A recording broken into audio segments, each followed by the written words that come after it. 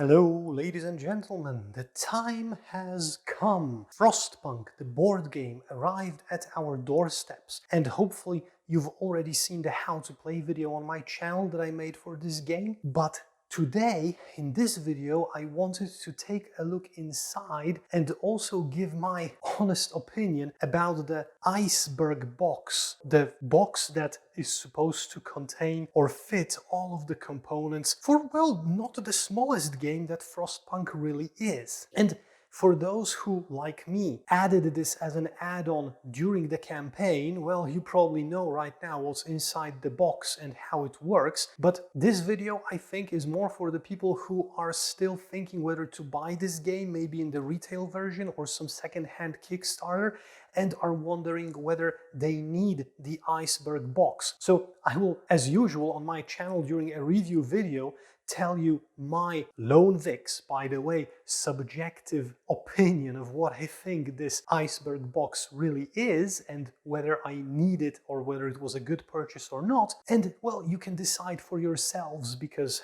everybody's entitled to an opinion.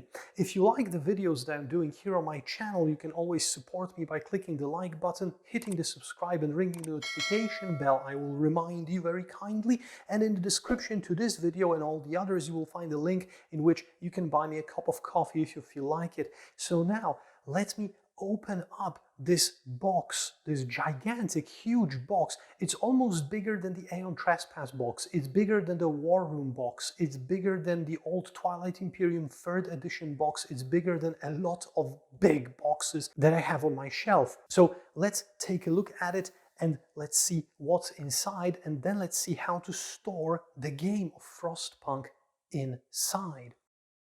So as you can see, the box looks nice, it's very sturdy, it's made out of very thick cardboard. It's not that heavy, maybe, but it's definitely solid, and the print and the ice graphic and the UV effect on it, I don't know if you can see it on the recording, but it's really sweet. It really looks like it's like kind of frozen over and everything. But the most important thing is what's inside.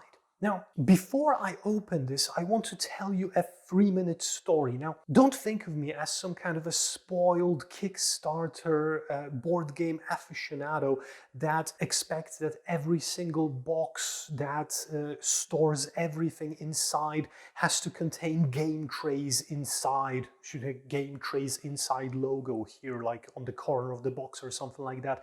Because game trays are cool as an insert and they have great solutions.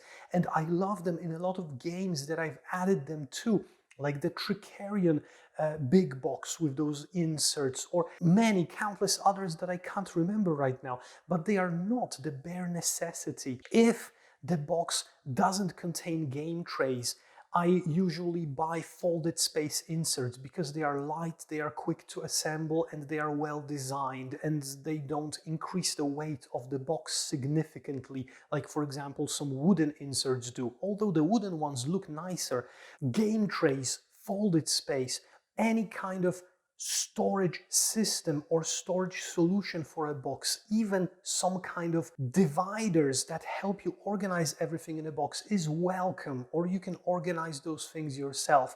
But this is a huge pretty box to store a whole game of Frostpunk, and let's open it and see what's inside. Ready? Ta-da! I will put the lid over here, and now let's talk about the contents of this box.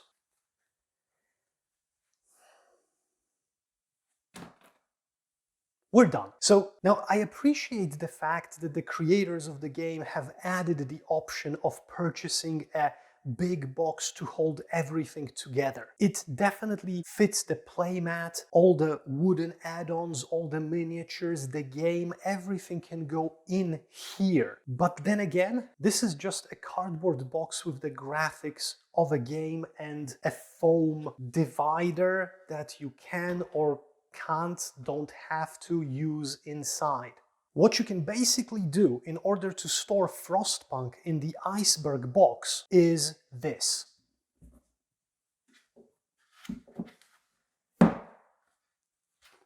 And then place the miniature box over here and there is enough space to roll a playmat in here, and you're done. Now, I'm not the one to complain a lot, and I know that maybe the price point for adding this box to the pledge wasn't that much, but it was still some money that you had to add for basically an empty box to store a box in. I would have expected at least some kind of dividers or some kind of cardboard compartments inside, or some kind of insert that fits everything, because I know that there are right now hundreds of solutions. Each person who got this box has a different idea of placing everything inside this box, because look at all the real estate. But I don't think that's the point of a collector box, to be honest, or of a box that, you know, one box to hold them all, let's say in a nerdy fashion. I think that this is a bit of a disappointment, at least in my book it is. Because I wasn't expecting, nobody said in the campaign that there would be a dedicated insert in this box. At least I don't remember any communication like that. So I'm not accusing them of lying or anything like that. No, far from it. Nobody said that there would be anything inside the box, but some kind of compartmentalization, some kind of a way to fit everything like it was intended, without just throwing in boxes into boxes or having to arrange it on your own, would be great. So for me, I will be storing my game in this, because it takes up less space on the shelf, and even with the miniature box, which is yay high, that I will add on top of this, it will be easier to fit into a Kallax, and it will be definitely easier to carry around for game nights than this. And the whole game basically hides inside this box once you punch out everything, and you can fit everything pretty well here. So really, what was the point of giving us another empty box? I have no idea. And this is, like I said, my subjective opinion about this plan of the guys from Glass Cannon and the designers of the game and the producers of this game. For your consideration, you might have a different opinion. If you do, share it in the comments with me. If not, then well, if you don't have the box and you were thinking about buying it, now you know what's inside and you can plan accordingly. But now that I've poured out my disappointment, I won't say frustration, but disappointment with this, let me show you what I did in order to fit the game inside this box. But like I said, I'm then repacked everything into the original box, and I will be just carrying this one in, and I have no idea what I'll be doing with this ginormous piece of cardboard right now.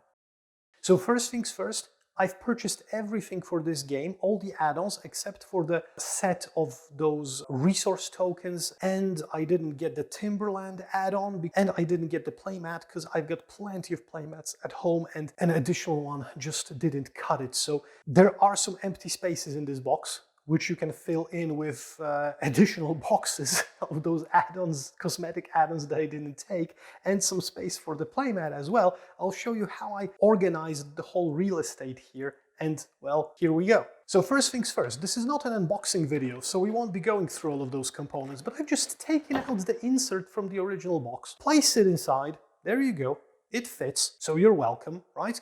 All of the cards. I've already added the Frostlander cards in here, and all the Frostlander tokens are inside as well. So, you know, then you've got all your boards. As you can see, it's still even foiled. I haven't played it yet. So then you have all your boards. This is the correct order of placing them here. So all the boards, here they go. And, well, the rulebook fits. Here we are. Next we have the inserts from the miniature box. 2 of them. As a set. They fit snugly here, and this is the only component of organizer that was delivered with the box. And take a look, it fits. Ta-da!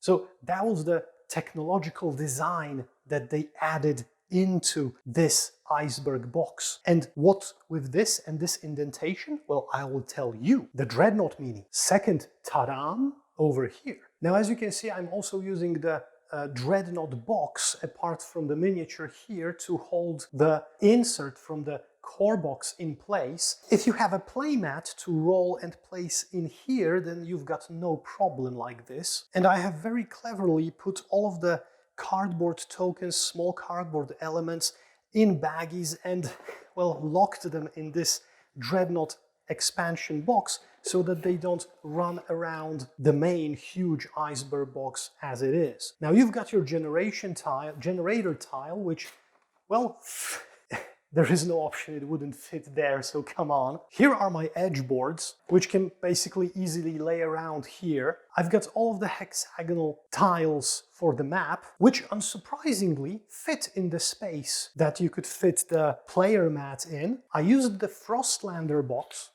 in order to sort, and I used some foam that was also added into the box, to sort all the building tokens inside so that when I close it, they don't mix up or anything like that. I sorted them by type and color, so it's quicker with the setup thanks to this, right? And whoops, doesn't close as efficiently. And, well, you can basically throw it in anywhere. So, there. And then you have the rules, the scenarios, which you can easily fit somewhere here below.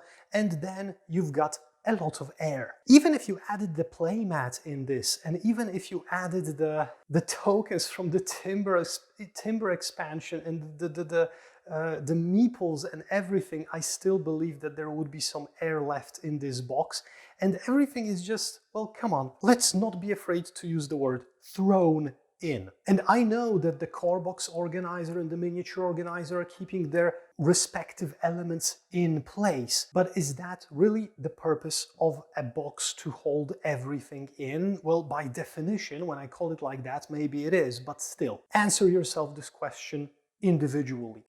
For me, this solution is very lacking, and for a few reasons. One, it doesn't help in any way, or it doesn't aid setup of the game in any way, apart from the fact that I have one huge box instead of two smaller ones to take out elements from.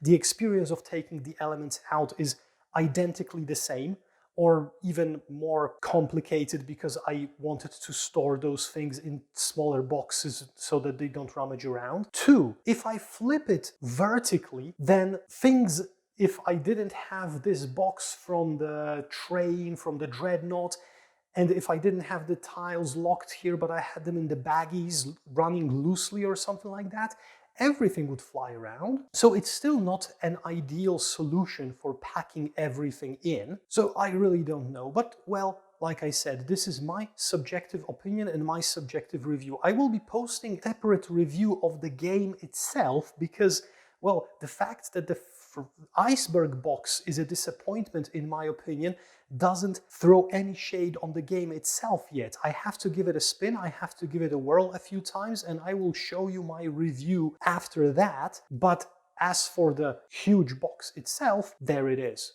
I've said enough. Thank you very much for watching, ladies and gentlemen. My name was Lone Vic. This was a unboxing and a review of the Iceberg Box for Frostpunk, the board game. If you like the video, you can support what I'm doing here on my channel by clicking the like button, hitting the subscribe and ringing the notification bell. If you feel like it, there is a link in the description to this video if you want to buy me a cup of coffee. If you have any comments about the box, if your thoughts are different than mine, or maybe they're the same, comment section below, we can have a discussion. Everything can be kept civil, obviously. We're all entitled to an opinion, like I said. And for now, thank you very much. Stay tuned. Lone Vic here, the Iceberg Box for the Frostpunk game over here, as you can see, already arranged and segregated. Thank you very much for watching. Stay safe. Have a great day. Bye-bye.